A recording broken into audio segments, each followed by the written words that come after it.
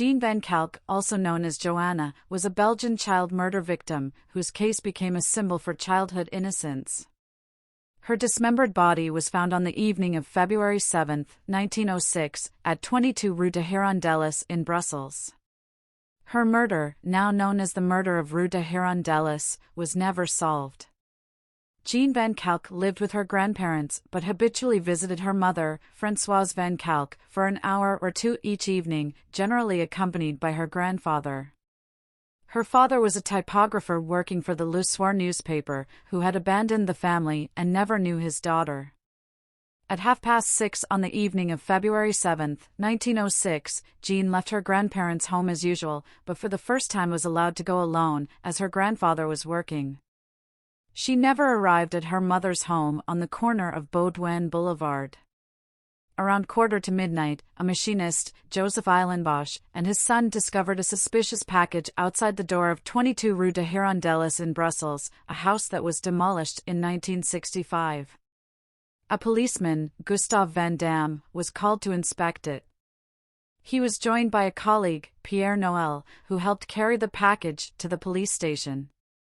The department chief, de Smet, inspected the curious package and asked Noël to open it.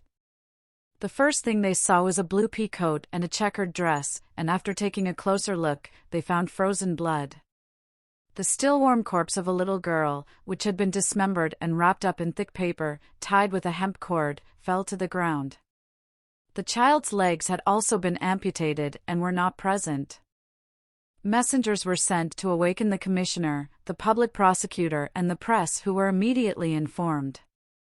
When two men arrived at the police station to report Jeanne's disappearance, it was found that the clothes she had been wearing corresponded to those discovered. The next day, a huge crowd gathered in front of 22 Rue de Hirondelles. Françoise Van Calck was present, and upon hearing the news of her daughter's death, she fainted. The coroner who examined the body was categorical that the murder had been carried out by somebody with specialist knowledge, probably a doctor or a butcher. The cause of death was quickly established. Jeanne had died of suffocation from violent vomiting after being forced to drink a large quantity of alcohol, in addition to violent abuse. The time of death was fixed between 8 and 9 in the evening.